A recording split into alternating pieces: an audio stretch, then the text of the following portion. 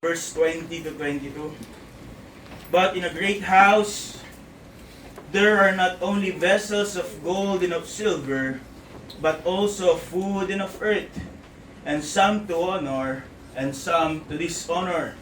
If a man therefore purge himself from this, he shall be a vessel unto honor, sanctified and meet for the master's use, and prepared unto every good work. Flee also youthful lust, but follow righteousness, faith, charity. Peace with them that call on the Lord, out of a pure heart.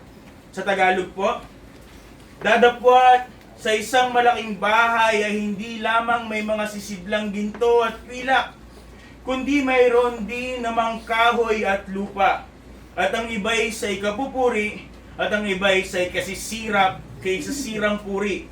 Kung ang sino man nga ay malinis sa alinman sa mga ito, ay magiging sisidlang ikapupuri, pinakabanal, marapat gamitin ng mayari, na hahanda sa lahat ng gawaing mabuti.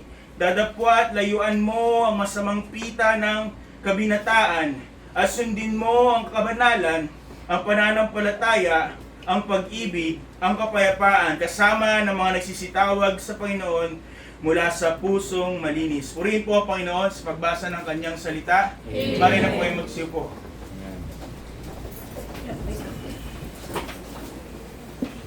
Kaya niyo pong kunin ko itong pagkakataon. Salamat po sa bawat mga kapatiran.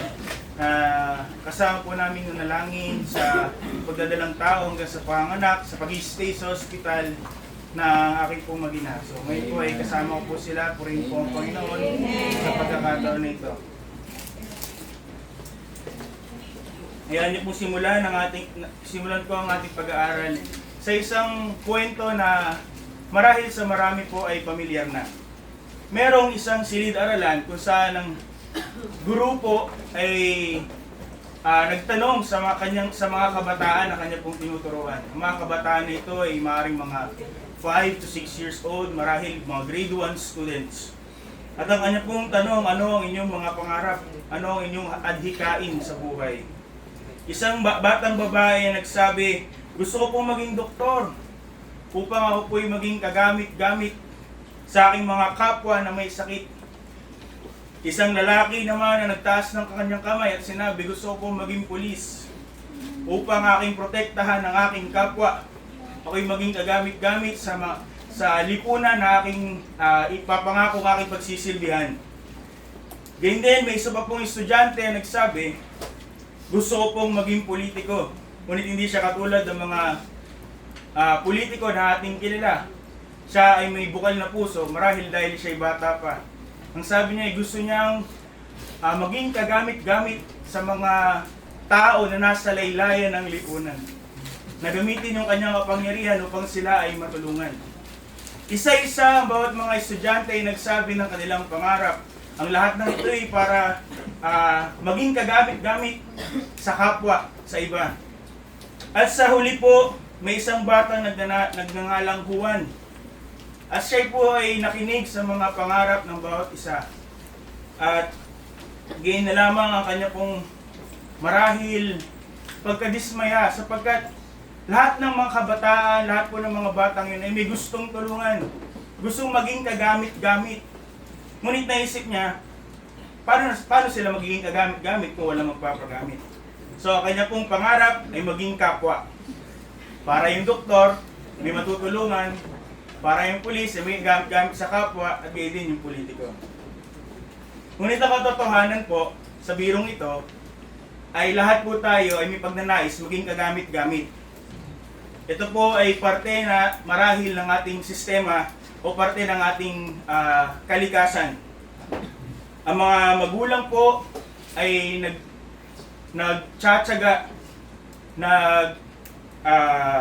sisipag upang maging kagamit-gamit para sa kanilang mga anak, matugunan ng mga pangangailangan, at maturuan ng mga tamang asal. Gayun din naman siguro ang mga kabataan. Pag sila'y nagkaroon na ng pagkakataon, minanais nila na maging kagamit-gamit din sa kanilang mga magulang, sa kanilang mahal sa buhay, upang masuklian din siguro po yung kabutihan na ibinigay sa kanila. Mga trabahador, mga tapat na trabahador po ay nagnanais na maging kagamit-gamit sa kanilang kumpanya. Mga kaibigan, nais din maging kagamit-gamit para sa kanilang mga kaibigan. Maging blessing, maging ehemplo, mabuting ehemplo. Gayun din po yung mga noble na mga politicians, noble leaders. Hindi man sila marami, ngunit may ilan na tunay na adhikain ay ang gamitin ang kanilang posisyon upang maging kagamit-gamit sa kanilang kapwa. Ngunit ang totoo, kahit yung mga korap na mga politiko, nais din nilang maging kagamit-gamit. Ngunit ang gusto po nila ay maging kagamit-gamit ang kanilang kapwa para sa kanilang sarili. So ang katotohanan, lahat tayo ay may pagnanais na maging kagamit-gamit.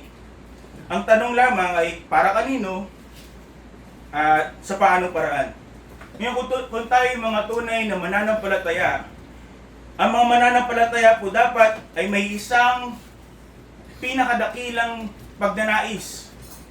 All believers should have one supreme desire, and that is to be useful for God. Amen. To be useful for His work. All other services is subordinate.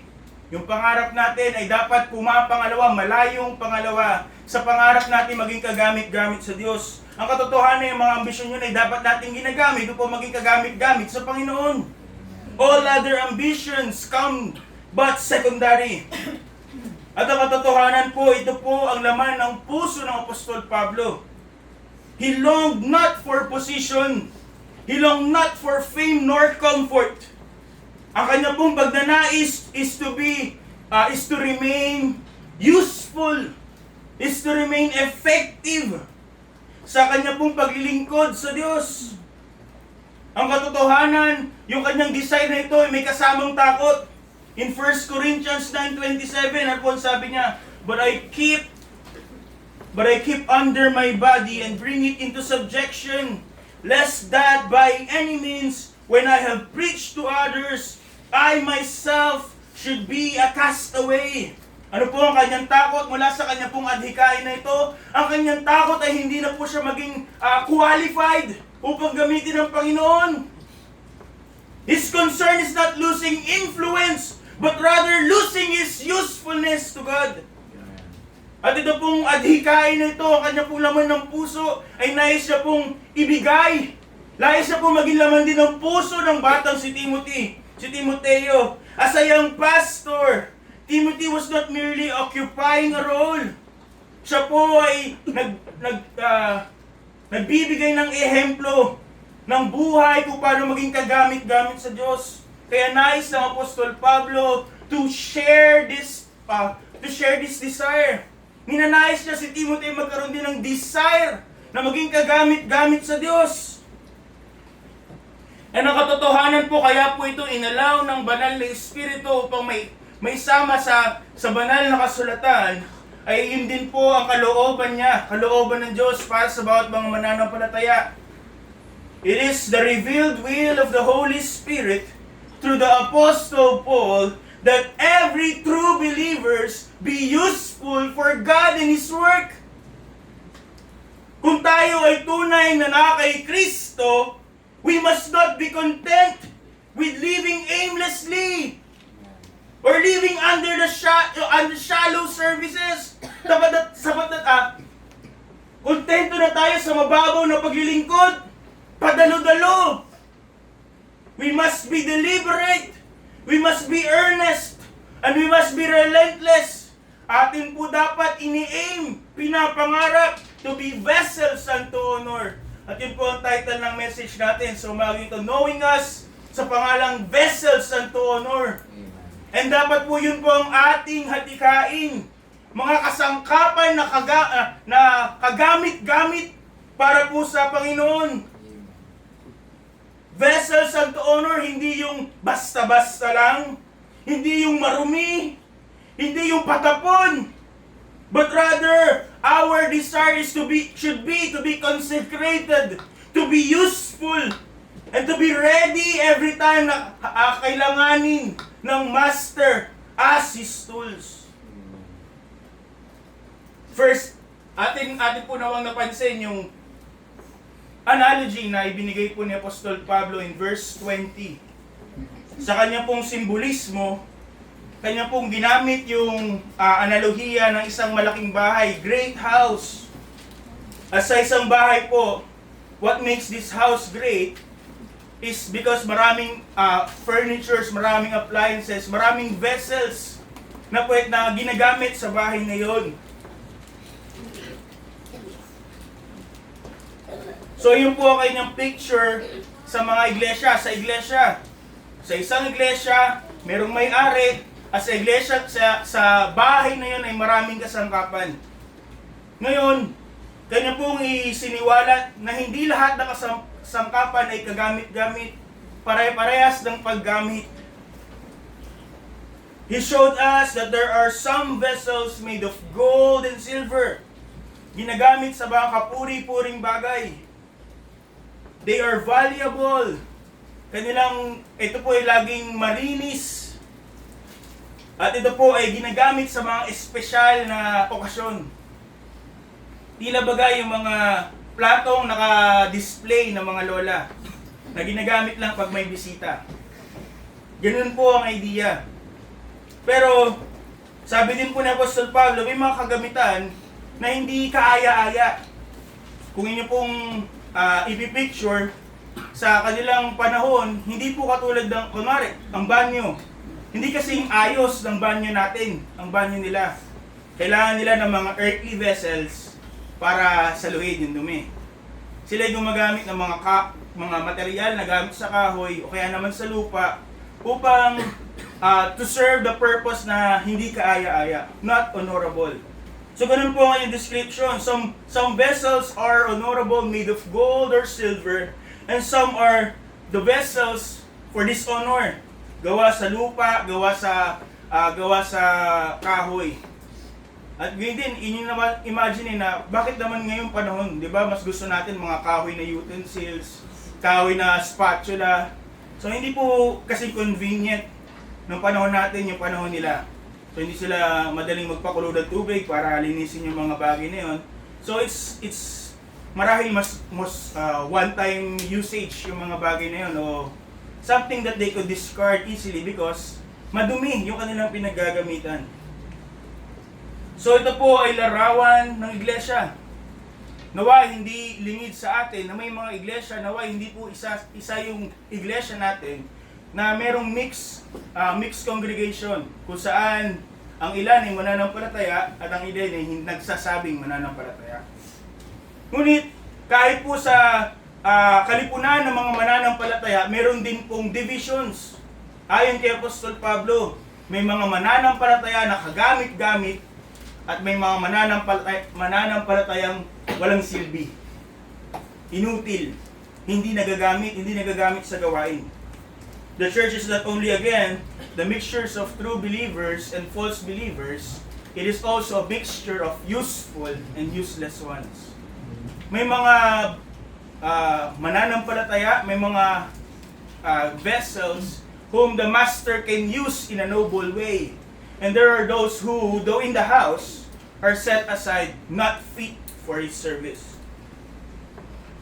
Ngunit hindi po natapos ang Apostol Pablo sa pagpapakita ng division na ito, na pagkakaibang ito. He continued and he called us to transformation. Tayo ay ipinakita niya yung desire ng kanyang puso to be a useful vessel for God. In verse 21, sa ating key verse, ang sabi niya, if a man therefore purge himself from this, he shall be a vessel unto honor, sanctified, and meet for the master's use, and prepared unto every good work. Sabi po ni Thomas Brooks, God looks not at what we were, kung ano tayo dati, but at what we are willing to be. Marahil tayo at some point in time in our Christian life are not, our vessels not fit for the master's use. Ngunit hindi po yun ang importante. What's important, sabi po ng Puritan na si Thomas Brooks, is that what are we willing to be? Anong klaseng kasangkapan ba tayo na ating nanais na tayo gamitin ng Panginoon. What we are willing to be, maging kanong klaseng kasangkapan tayo. So kung ang inyo pong desire, katulad ni Apostol Pablo, na kanyang ipinamana kay Pastor Timothy, kung ang ating desire ay maging kagamit-gamit sa Diyos, then we have to understand that the Holy Spirit through the Apostle Paul gives us 3 marks that must be present sa buhay ng isang mananampalataya, and it would reveal na ang mananampalatayang iyon is a vessel fit for the Master's use. 3 bagay, 3 katangian na dapat nakikita sa buhay ng mga nagnanais magpagamit sa Diyos. Una po dito in verse 21, sabi po niya, if any man therefore purge himself from this, he shall be a vessel unto honor, sanctified. Sanctified. So first notice with me, a vessel unto honor, a vessel that is useful to God, is a vessel that is sanctified. Merong sanctification na nagaganap sa kasangkapang ito. Ipinakita ni Apostol Pablo paano maging kagamit-gamit ang isang kasangkapan. This vessel must be pure, must be clean. Kung tayo nga hindi gumagamit ng kutsarang nalaglag sa sahig, paano pa ang Diyos? We have established last prayer meeting kung paano nakasuklam-suklam sa Diyos ang kasalanan ng karumihan. And if we want to be useful to God, He expects that this vessel be pure, be clean. Before a man can ever be used by the Master, he must first be cleansed. Siya dapat ay malinis.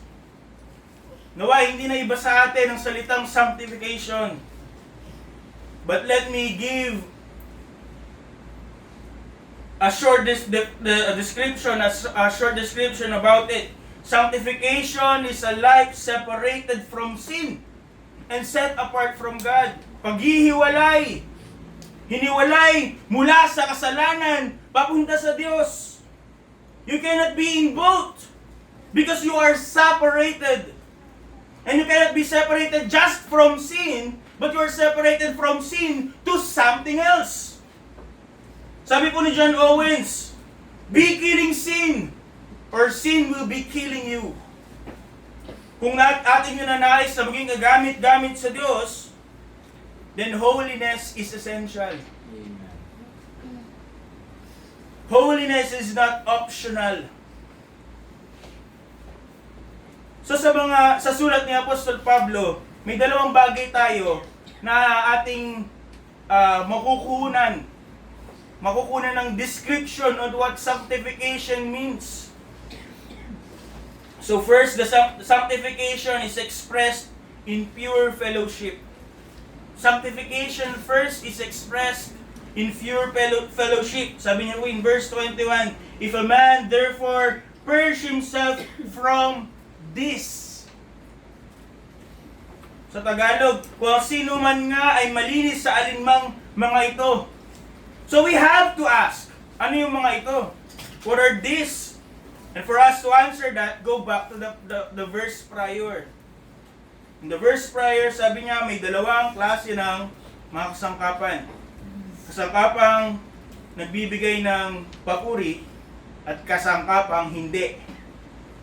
And in that context, we see that vessels unto honor should be mindful of their fellowship, and they should be set apart from those vessels not unto honor, to dishonor. Ano po ang ibig sabihin? Kung nais natin tayo gamitin ng Diyos, tayo po dapat maging maingat sa ating sinasamahan, sa ating kinakaibigan. We have to be discerning in our association. Ngunit mga kapatid, ito po ay hindi tungkol sa mga hindi mananampalataya. If you want to be a vessel unto honor, useful unto God, we have to be careful, we have to be discerning about our association of believers within our church. Hindi lahat ng mga mananampalataya ay may pagnanais na magamit ng Diyos. Katulad ng sinabi ng Apostol Pablo, some are vessels unto honor, and some are vessels unto dishonor. Kaya sinabi niya po, purge himself from this. At ang this na yun is the vessels unto honor. It is to be separated from the dishonorable vessels. Again, hindi mananampalataya. Ngunit mga mananampalataya na kinakakitaan ng buhay ng kawalan ng pagiging makadiyos. Kawalan ng kabanalan. Lives marked by impurity. Namumuhay sa hindi pagsunod. Namumuhay sa pagiging makamundo pero ligtas. Bakit po ganoon na lamang ang instruction for us kung ating ninanais sa maging kagamit-gamit sa Diyos? Sapagkat sin is contagious. Nakakahawa, madaling makahawa. Ikaw ba, gagamitin mo ba yung mangkok na itinabi mo sa inodoro? Kahit pa sabihin mong napakalinis ng inodoro ngayon, walang gumamit. Ngunit hindi mo yung gagamitin. Sapagkat alam mo, madali yung madudumihan sapagkat katabi ng isang kasangkapong madumi. Gagamit ka ba ng sandok na itinabi mo sa pambomba mo sa inodoro? You won't! And that's the analogy here. Hindi porket ligtas sasamahan mo. You have to be careful if you want to be useful to God. You have to be careful on who you associate with. Sabi po ni Apostol Pablo in 16 to 17 in 2 Timothy. Pakibasa po sa harap. Reading begins.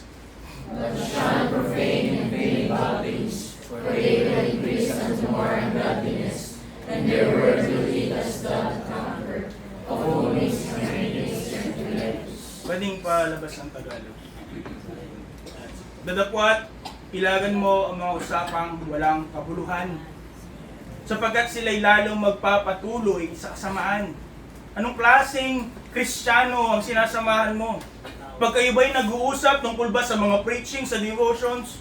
O ikaw ay nagiging malaya upang ipakita ang iyong tinatagong anggulo ng buhay mo? Ang kanilang salita ay kakalat gaya ng gangrene. O kaya naman po sabihin natin parang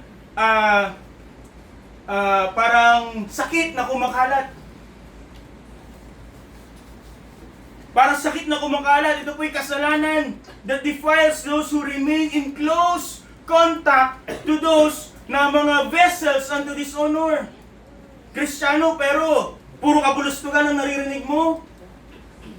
Isang araw, ilang linggo, sumama ka dyan at kalaunay magiging katulad ka niya. Sabi po ni Apostol Pablo again in 1 Corinthians 5 in verses 9 to 11. Mahaba po na konti. 1 Corinthians 5, 9 to 11. Pabasa po ulit sa harap. Handa basa. I wrote unto you in yourselves not to company with fornicators. Balik po. Nagsulat siya ng liham upang wag tayo sumama. Yung mga sinusulatan niya ay wag makisama sa mga makikiapid. Sa mga fornicators. Sige tuloy. Yet not altogether with fornicators of this world, or with covetous, or extortioners, or with idolaters, for them as heathens go out of the world. Sabi niya, hindi lahat ng fornicators ay sa mundo. Not all covetous are of the world. Extortioners and idolaters. Kung yun ang sinasabi niya, kailangan niyo lumabas. Tuloy. Kuya. Thank you. But now I have written unto you not to keep company. If any man that is called a brother be a fornicator, or covetous, or an idolater, or a railer, or a drunkard, or an extortioner, with such an one know not to be. Ano ang sabi po? Not just not to keep company. Hindi ka makikipagsalamuha. Ano pa ang sinabi? Ano pa ang instruction ni Apostol Pablo? Huwag kang kakain kasama nila. Hindi mananampalataya. If any man that is called a brother, at ang kanilang buhay ay hindi ayon sa kalooban ng Diyos, huwag kang sasama doon. Huwag kang kakain kasama nila. Ano po ang kailangang gawin? What is necessary for the sanctification of vessels unto honor that is useful for the master's use? To be separated from corruption within the church.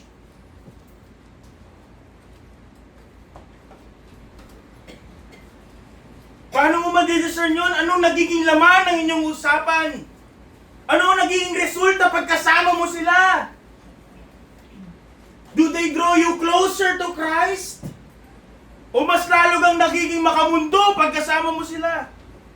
And that's the issue. Bakit hindi tayo magamit-gamit ng Panginoon? Sapagkat we are in the wrong company. Ano ang panawagan ng Panginoon? In Isaiah 52:11. Isaiah 52:11. Depart ye, touch no unclean thing, be clean and bear the vessel of the Lord. Ay, balik po tayo. Ayan. Depart ye, go ye out from thence. Touch no unclean thing, go ye out of the midst of her. Be ye clean and bear the vessels of the Lord. At dun po sa babala ni Apostol Pablo sa 1 Corinthians 5, yun po ang konteksto ng 1 Corinthians 15:33. Evil, be not deceived, evil communication corrupt good manners. Babala ni Apostol Pablo, hindi po sa mga hindi mananampalataya, dapat alam natin yun eh. But within the church, na kanila pong buhay, kanilang pagsasalita, ay hindi ka aya-aya, hindi ka tanggap-tanggap sa Diyos. Ano po ang sabi? Alisin. Huwag makipag-fellowship.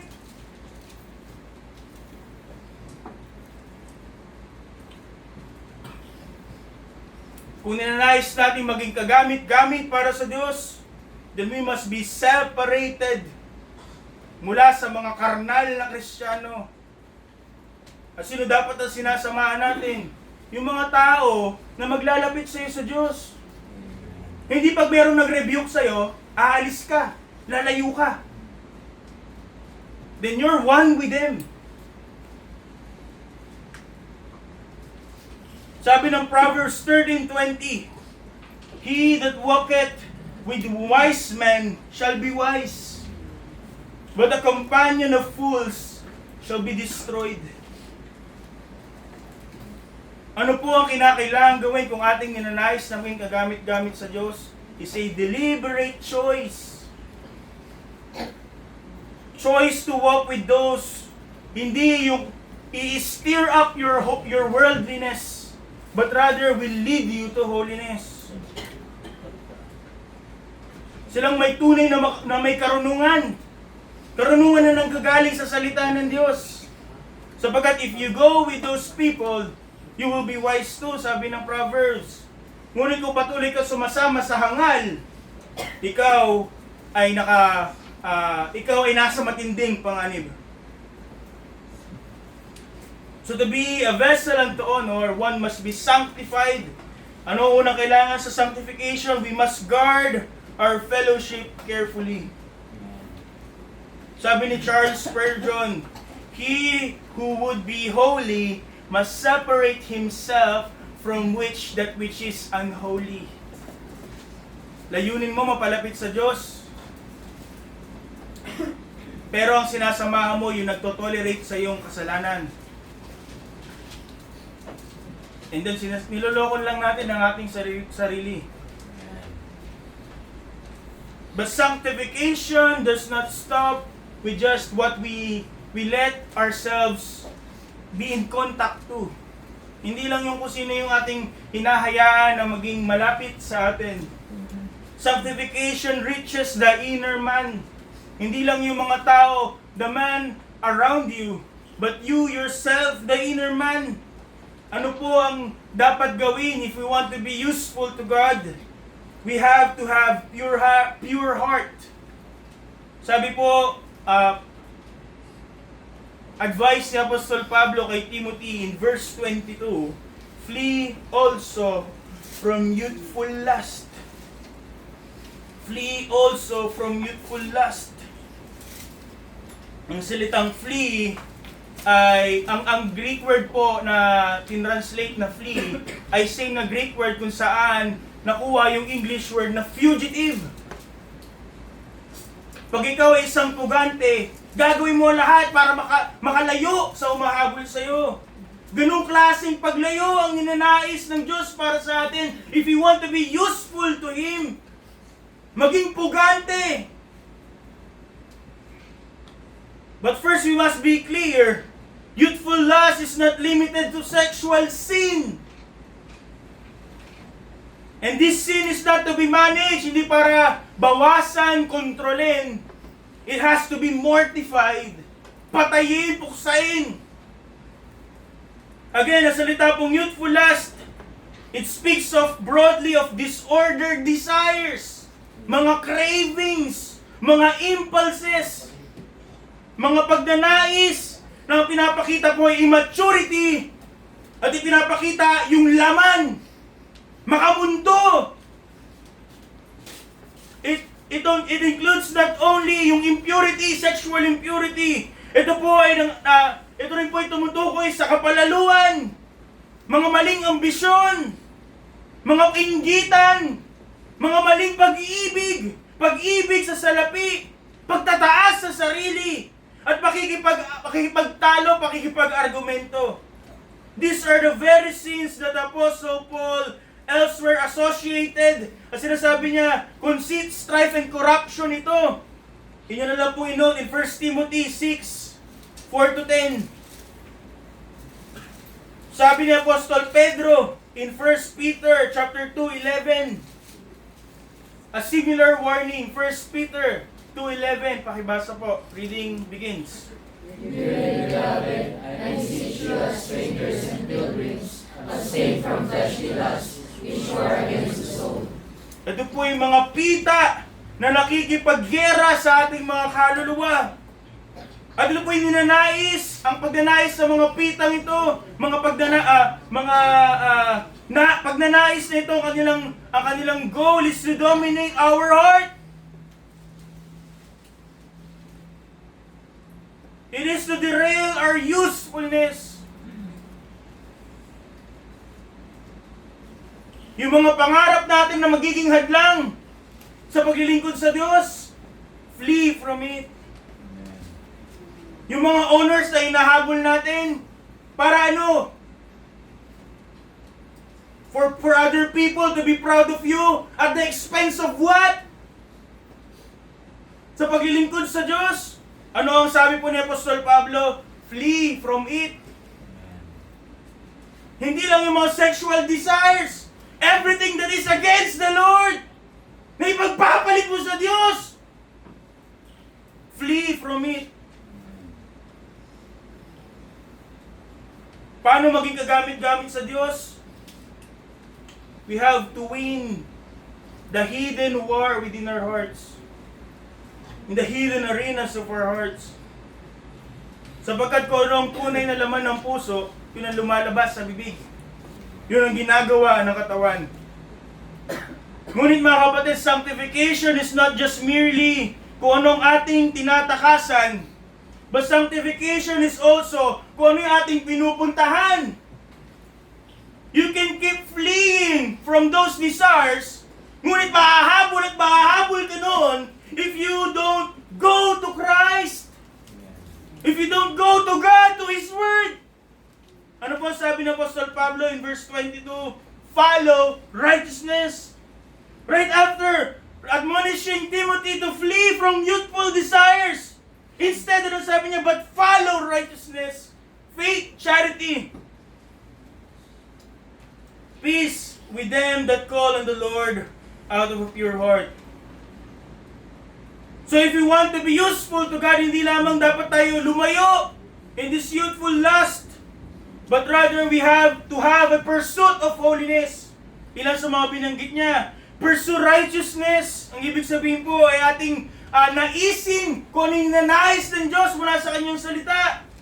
Sabi ng Psalm 119 verse 9, wherewithal shall a young man be cleansed his way? Where shall, ano ang magiging paraan upang masanctify ang isang young man? Ano po sabi ng salmista? By taking heed thereto according to the word, to thy word.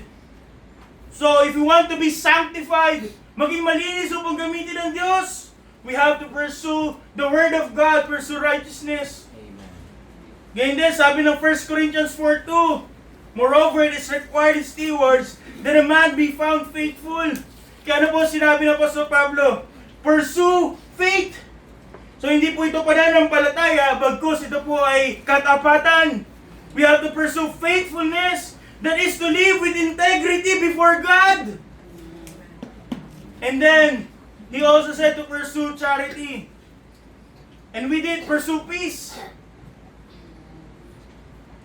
So, katulad naging discussion ni Deacon King, charity. It is to love like Christ. It is to love beyond what you feel. Hindi dahil kinikilig ka, kaya mo minamahal. Bagkus kahit hindi ka nakinikilig, kahit hindi nakamahal-mahal yung iyong kapwa, mamahalin mo pa rin. Ganong klase ng pag-ibig ang ibinigay ng Panginoon sa atin at gano'n ang ine-expect sa atin if we want to be useful in His ministry.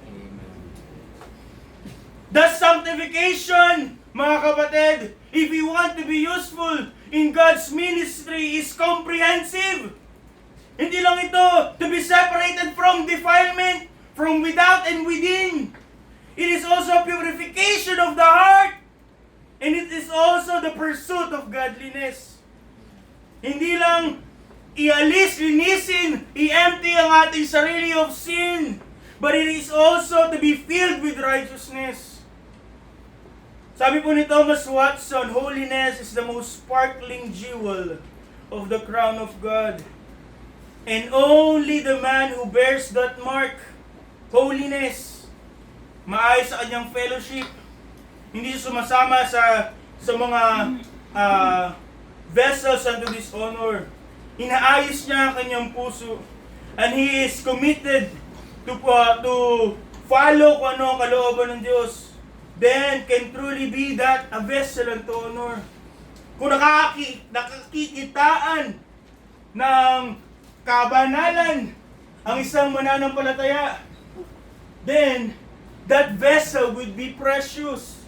That vessel would be appropriate for God's ministry, for God's use. Ngunit hindi lang po yun. A vessel unto honor, kailangan kinakakitaan ng sanctification. Secondly, a vessel unto honor must exhibit submission. Sabi, balik po tayo sa ating susing talata. If a man therefore purge himself from this, he shall be a vessel unto honor, sanctified, and meet for the master's use. Anong ibig sabihin? Pwedeng gamitin ng Panginoon ayon sa kanyang kalooban kung paano gagamitin. Hindi yung gusto mo magpagamit sa Diyos, ngunit batay sa iyong gusto, sa iyong paraan. Flowing out of sanctification, sabi po ni Apostol Pablo, to be useful is to be meet for the master's use. Kung ano yung tinalaga ng Panginoon na paggamit sa kanyang sa kasangkapan na yun. Ganon yung design, ganon yung karakteristik ng kasangkapan na yun.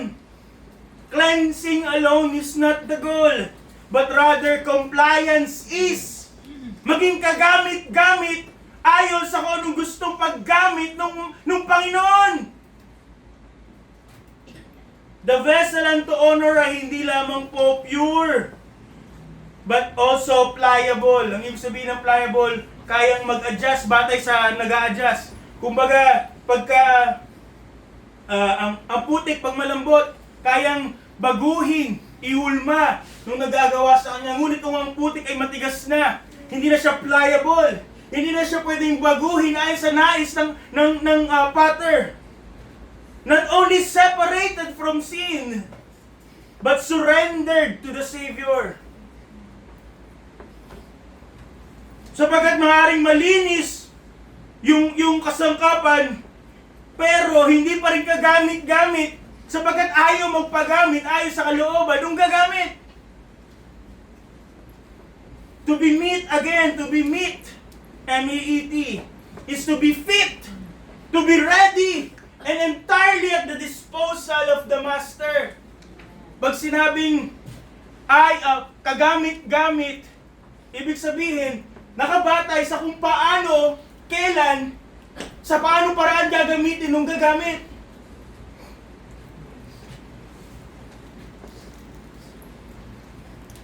Kung baga gusto nung gagamit, maging uminit yung tubig, pero rep ka. Pero gusto mong gamitin kanya sa ganung paraan. Hindi ayon sa gusto niyang paraan. It speaks of to be meet for the Master's use. Ito po ay ibig sabihin to be available without hesitation at pagsunod na walang pag-aalinlangan.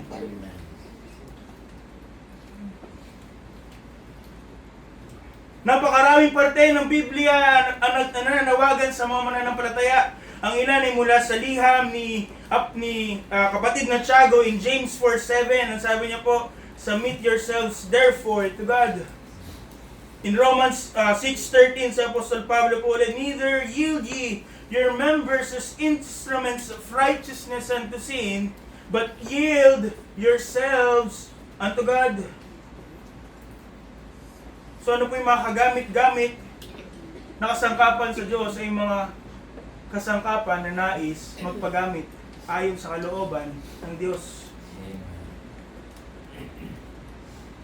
Hindi nakikipagtalo sa Diyos. Hindi nangangatwiran sa Diyos. Pag sinabi ng Diyos, takuri ka, takuri ka.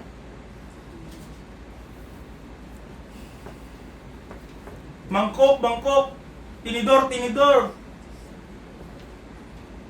Ayon sa nais kung paano kagamitin. Submission is not partial. It must be total. Amen. Hindi yung mula lang sa bibig. Sinasabi mo nagpapasakop ka sa Diyos. Ngunit ibang lumalabas sa iyong mga kilos. It has to be proven by obedience. Hindi ka pwedeng nagpapasakop sa Diyos ngunit hindi ka sumusunod sa Kanyang kalooban. The Lord Jesus Christ Himself established this standard. Ano sabi niya? John 14:15, if ye love me, keep my commandments.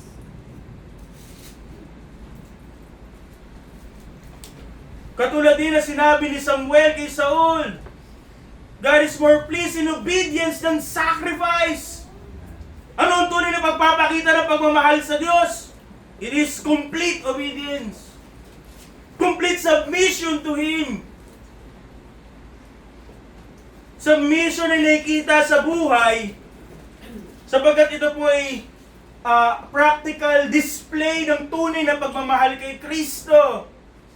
Kung tunay na mahal si Kristo ay may kita sa ating buhay, you will not argue with His word. You will not delay in doing His will. And you will not divide your allegiance. Sabi po ni John Calvin, we are not our own.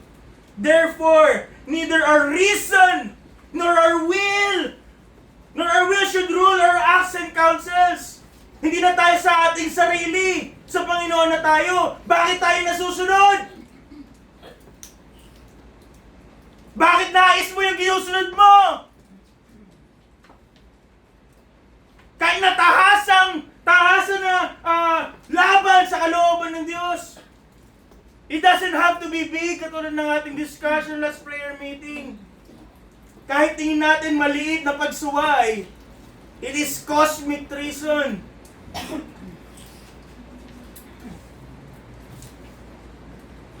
It is enough upang tayo ay madumihan at hindi maging kagamit-gamit para sa Diyos.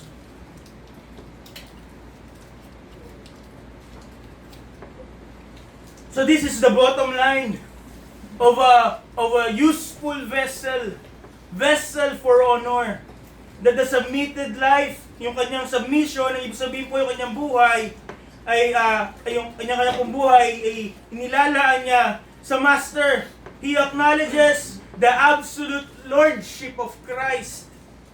Kung nais natin maging gamit-gamit sa Panginoon, sa Diyos, then therefore we must acknowledge the absolute lordship of Christ. Na siya ay Panginoon at tayo ay alipin. Ikaw ay gamit lamang. At wala tayong kakarapatan sa ating sarili. That He is curious and we are doulos. Sabi po ni John MacArthur, the greatest measure of spiritual maturity is not how much you know. Marahil napakatagal mo na sa iglesia. Ang dami mo na narinig na preaching. But that is not the measure of spiritual maturity. That is not the measure kung paano ka gagamitin. Kung ikaw ba'y kagamit-gamit sa Diyos. Ang sabi po ni John MacArthur, the real measure is how completely you obey. Gaano kabuo ka tumalima sa Diyos.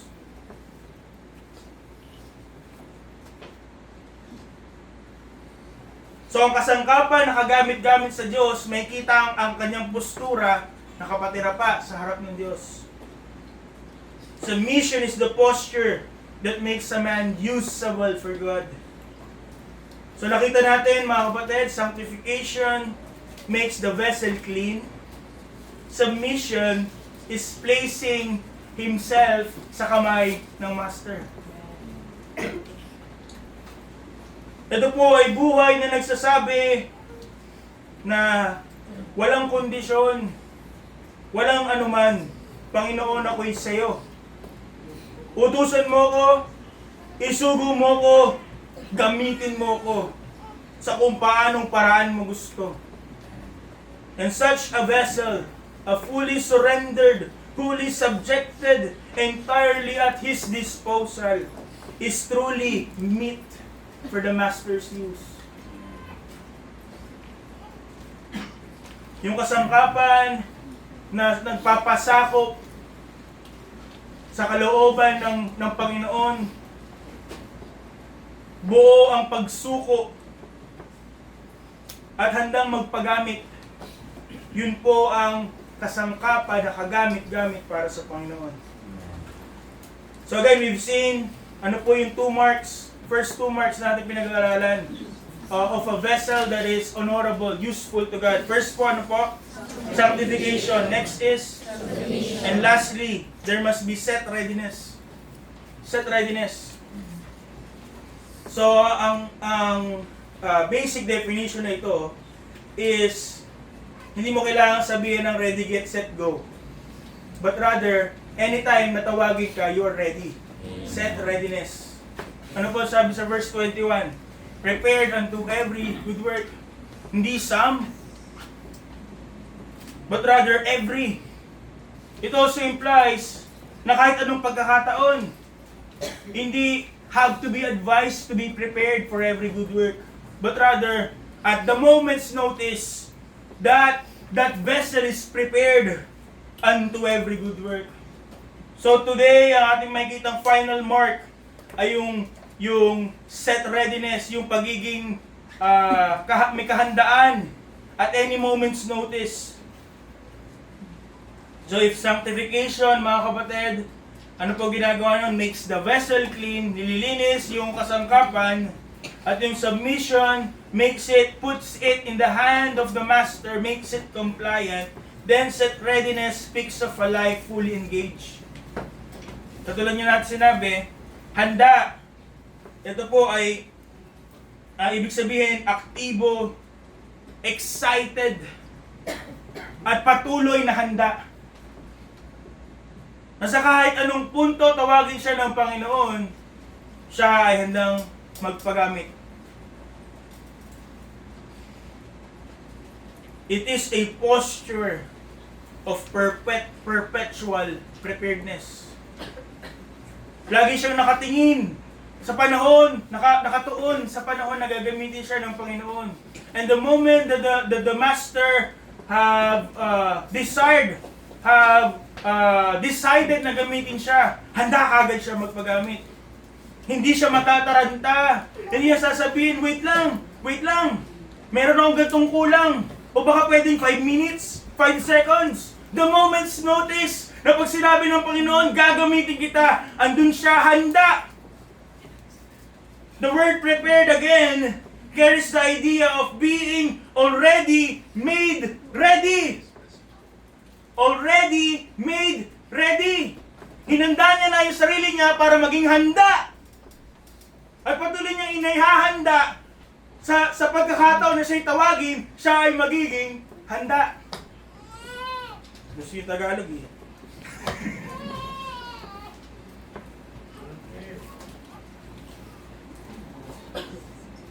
It is a condition of readiness before the moment of need arises. Bago pa dumating yung pagkakataon, handa na siya. Ito ay kabaliktaran ng reluctance, ng delay, ng katamaran.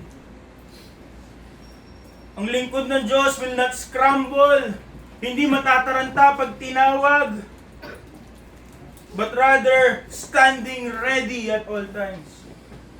Para bagang baril, isang kalabit, babaril, puputok. Kaya we are being admonished again by the Apostle Paul in 1 Corinthians 15:58 to be steadfast, unmovable, always abounding in the work of the Lord. Ang buhay na kagamit-gamit sa Diyos ay buhay na merong banal na kasipagan. Hindi masipag pagka may outing lang. It is a heart already inclined toward service.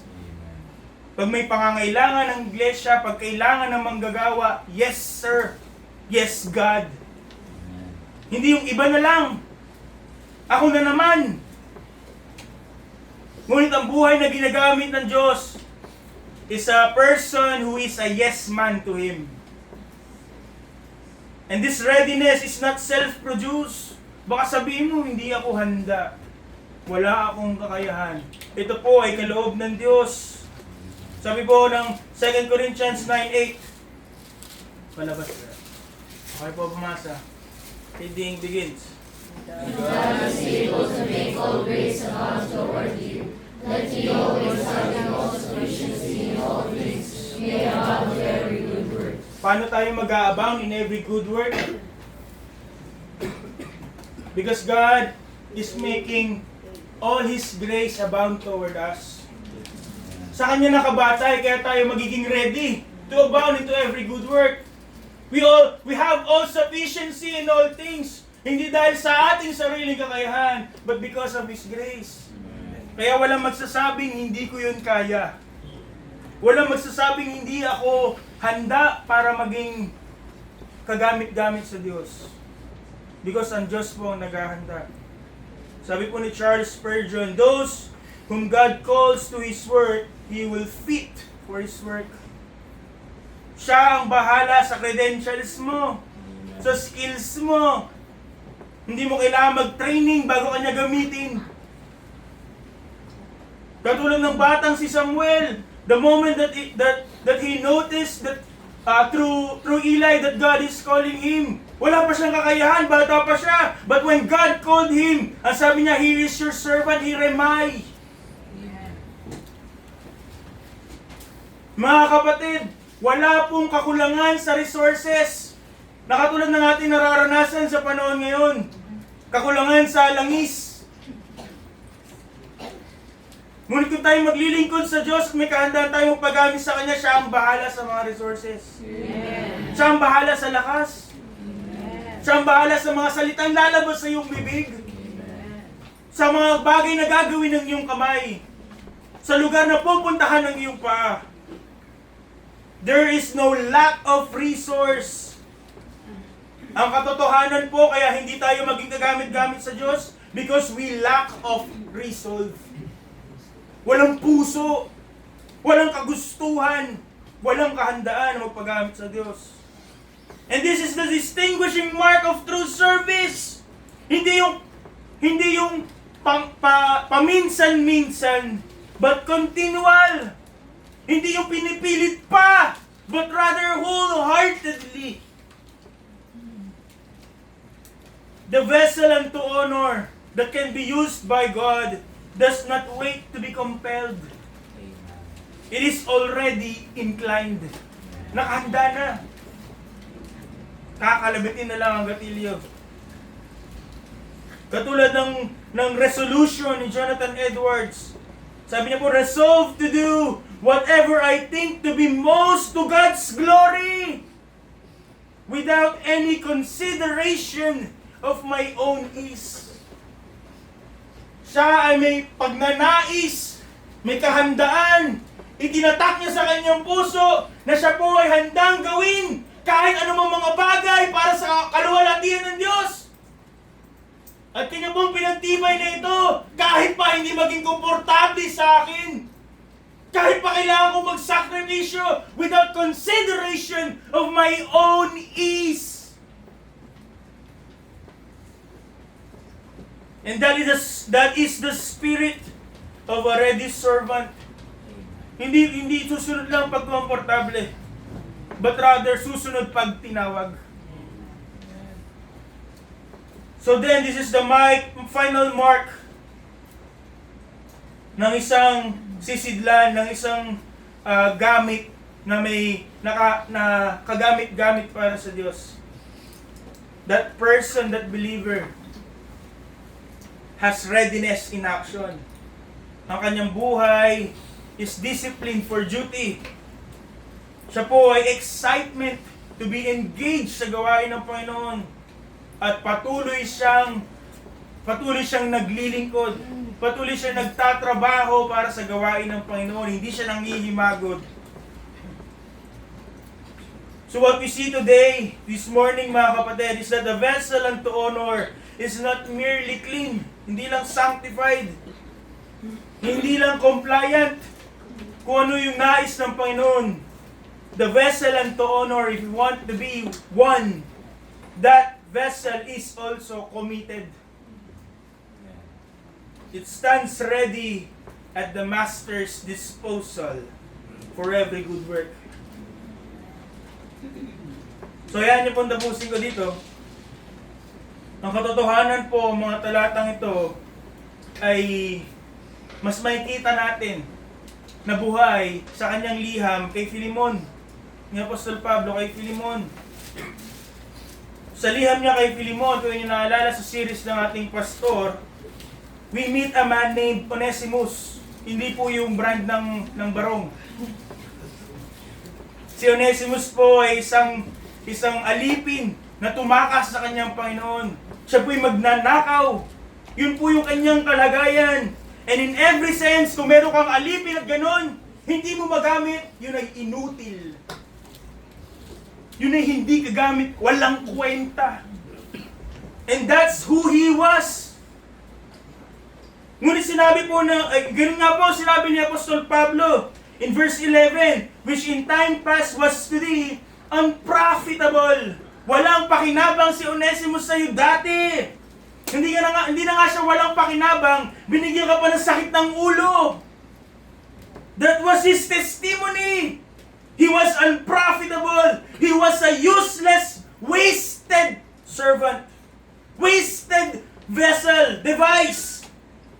Ngunit dahil sa biyaya ng Diyos, Onesimus was converted under the ministry ng Apostol Pablo. Dati sinabi niya, he was unprofitable. That was his testimony. Ngunit nung pag tinuloy po natin in verse 11, ang sabi po ni Apostol Pablo, but now profitable to thee and to me.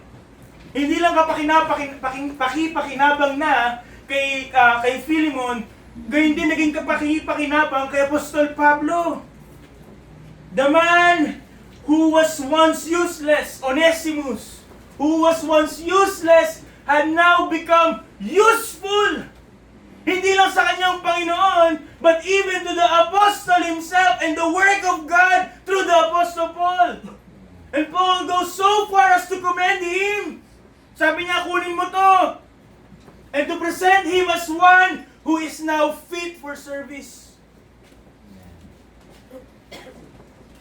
And that is the transformation na kailangan natin if we want to be used by God, to be a vessel unto honor. Here is the weight of this truth na napakalaking trahedya, mga kapatid.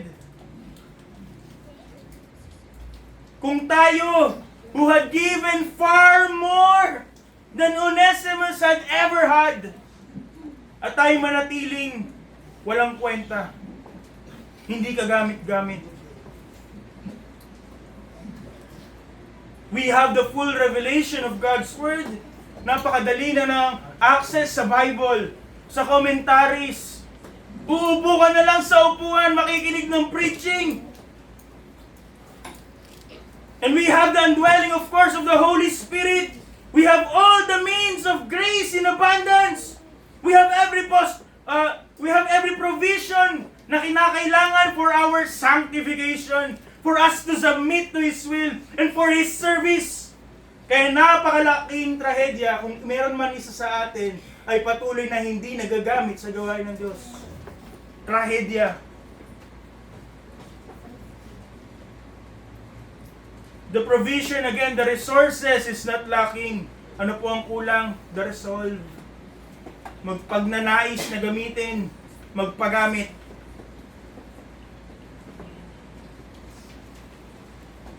The question today is your soul desire to be used by God? Ang iyong bang ninanais, pangarap ay maging kagamit-gamit sa Diyos? Sapagkat kung ikaw'y mananampalataya at hindi itong iyong desire, hindi itong iyong layunin, hindi itong iyong pangarap, then there's a big problem. There's a big mismatch on what you say and what you do and what you feel. You have to face the reality that you are in rebellion against God. Walang gitna. Walang vessel that is slightly unto honor. A little dishonorable. Walang gitna. It's either you are honorable to God or dishonorable to Him.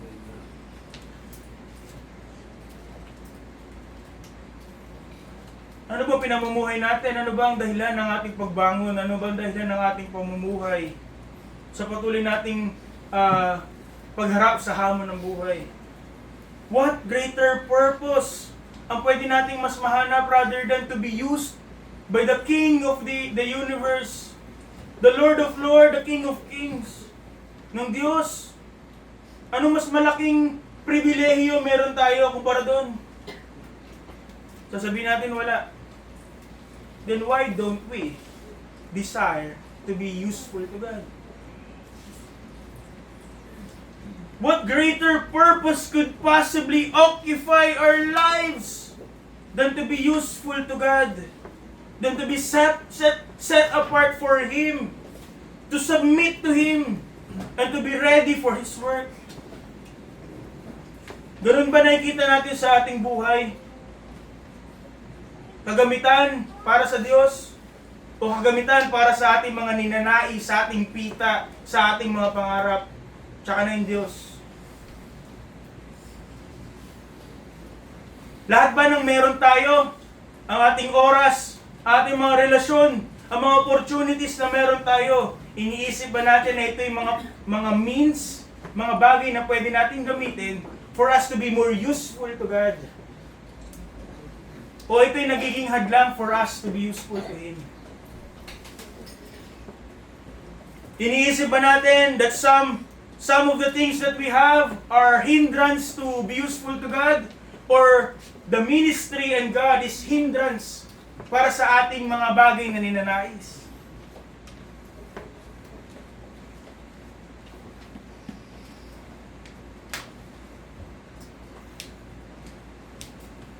Sa bawat ba mga pagkakataon na meron tayong gagawin, meron tayong pinaplano, tinatanong ba natin, ito ba'y gagawin akong mas kagamit-gamit sa Diyos? O tsaka na natin iniisip ang Diyos sa ating mga pangarap, sa ating mga gawain. Some believers are content with less. Some are indifferent. Ngunit kung ating narinig ang katotohanan ito, marahil ilang beses nang narinig ng iba sa atin, and you remain unmoved, something is terribly, deeply, grossly wrong with you. Dahil ang puso na nakatanggap, pinakawalan ng biyaya ng Diyos, longs to be spent for God. Ang puso, a heart that has been gripped by grace, longs to be spent for God. Ang puso na nakatanggap ng biyaya ay may pagnanais na magpagamit sa Diyos. Nawa, sa umagang ito, we would be like Onesimus. Hindi si Onesimus bago siya maligtas. Bago siya baguhin, bago siya magpabago. Maybe yun ang istorya ng buhay ng ilan sa atin. But like Onesimus, it's not the end. Let's not remain wasted. Let's not remain unprofitable. Let's not remain useless. Let us be like Onesimus. No, ang backer niya na ay si Apostol Paul at ang Diyos. Today, let us be restored, let us be recommissioned, and let us be useful to the Master's work. Iiwan ko ang tanong sa umagang ito sa bawat isa sa atin. We ask ourselves, gusto ba talaga natin maging kagamit-gamit sa Diyos? Do we truly desire to be honorable vessels for Him? Do we want to be sanctified? Do we really want to submit to Him? Or do we really want to be set ready for His service? Sapagkat kung yun ang ating nais, then the means are already there. Lahat ng resources, lahat ng kinakailangan to be useful for God's ministry, for His work is there. All you have to do is to grab it. All are made ready because Christ is in us. Because the Holy Spirit is in us. And God is ready to take even that was once useless. Kahit pa ginamit ka sa kubeta, kung ikay handa magpagamit sa Diyos, God can radically change you. Make you a new vessel, spotless, brand new, precious, all for His glory. God is ready to take even that was once useless and make it gloriously useful para sa Kanyang pangalan. Mga kapatid, we are supposed to be vessels unto honor. Do we live up to our name? Ito po ang salita ng Diyos. Amen. Nahiya ka po kayong tumayo. Tayo po ay nanalangin.